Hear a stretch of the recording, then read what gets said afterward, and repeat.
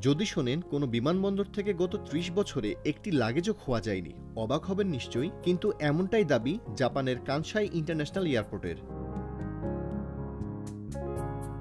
এক সংবাদ বিজ্ঞপ্তিতে জাপানের ৭ম ব্যস্ততম এই বিমানবন্দরের কর্তৃপক্ষ জানিয়েছে, প্রতি বছর গড়ে ২ থেকে ৩ কোটি মানুষ যাতায়াত করে এই বিমানবন্দর দিয়ে। ১৯৯৪ সালের সেপ্টেম্বরে চালু হওয়ার পর থেকে যাত্রীদের একটি ব্যাগও হারায়নি তারা। এসব তথ্য জানা যায় মার্কিন সংবাদ মাধ্যম সিএনএন-এর এক প্রতিবেদনে। উড়োজাহাজের যাত্রীরা স্বাভাবিকভাবেই তাদের সঙ্গের লাগেজেও নিরাপদে গন্তব্যে পৌঁছাবার খবরে খুশি হওয়ার কথা। তবে বিমানবন্দরের কর্মীরা এই অর্জনকে বিশাল কিছু মনে করছেন না।